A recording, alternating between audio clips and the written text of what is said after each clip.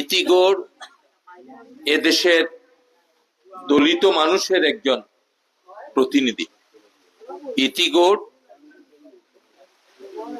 বুখানাগা মানুষ, যারা এক মুষ্টি ভাতের জন্য কষ্ট করে জীবন উৎসর্গ করতে চায়, মৃত্যুর দিকে ধাবিত হয়, সেই সব মানুষের প্রতিনিধি। ইতিগড় সবুজ শ্যামলিমার মধ্যে পাতা গজিয়ে যে চা আমরা পরিবেশন করি, চা আমরা খাই, সেই চা পাতার নৈসর্গিক সৌন্দর্যের আবহের একটি প্রতিনিধি।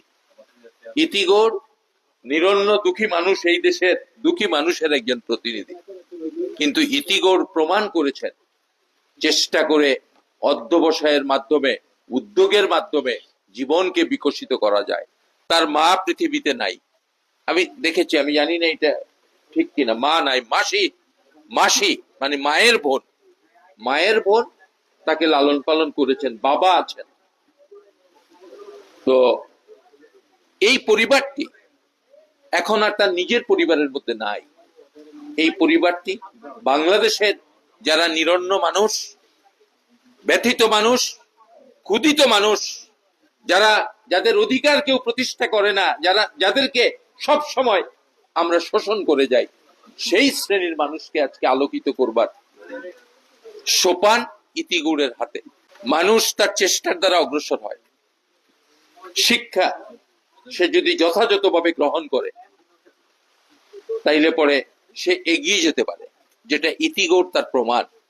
কাজে আমি এই বাগানের সমস্ত শিক্ষার্থীদের বলবো, তোমরা ইতিগড়কে ফলো করো, দেখো কিভাবে সে এগিয়ে গিয়েছে, কিভাবে সে অগ্রসর হয়েছে। মা নাই, ঘর দুয়ার এগুলোতে অভিভাবকত্ব নাই, এবং সে কোন কলেজ থেকে পাশ করেছে। আমার মরহুম পিতা আপনাদের এই অঞ্চলের সাবেক এমপি, তিনি জাতীয় নেতা ছিলেন। তিনি যে কলেজটি প্রতিষ্ঠা করেছেন, ইউসুফ গনি আদর্শ কলেজ, সেই কলেজের ইতিগড় ছাত্রী। আবেগ আপ্লুত হয়ে গেছে। আমার মরহুম পিতা শুধু আমাদের এই কলেজ নয়, কুলাউড়া ডিগ্রি কলেজ করেছেন, লংলা আধুনিক কলেজ করেছেন, শানিমাত্রা ফুলতলা সাগরনাল শানিমাত্রা কলেজ করেছেন, আপনাদের এখানকার পার্শ্ববর্তী সিঙ্গুর হাই স্কুল করেছেন, এবং অনেকগুলো শিক্ষা প্রতিষ্ঠান তিনি করেছেন। 2009 সালে তিনি ইন্তেকাল করেছেন, কিন্তু তার প্রতিষ্ঠানগুলো সগৌরবে ছাত্রছাত্রীদেরকে শিক্ষিত করছে। এই জনগোষ্ঠীর মানুষকে তাদের উদ্যোগ নিতে হবে, যখন বাড়িতে আসবে তারা চেষ্টা করবে আমরা তাদের সাথে থাকব। ইতিগড় এবং তার বোন, ইতিগড় তো ঢাকা ইউনিভার্সিটিতে পড়বে, আমার সাথে সার্বক্ষণিক যোগাযোগ থাকবে, সুবিধা অসুবিধা এগুলো আমি দেখভাল করব। ইতিগড়কে দেখে এই জনপদের চা শ্রমিকদের সন্তানরা যাতে শিক্ষার আলোয় আলোকিত হয়, পড়াশোনার দিকে ধাবিত হয়, সেই আহ্বানটা আমি জানাবো।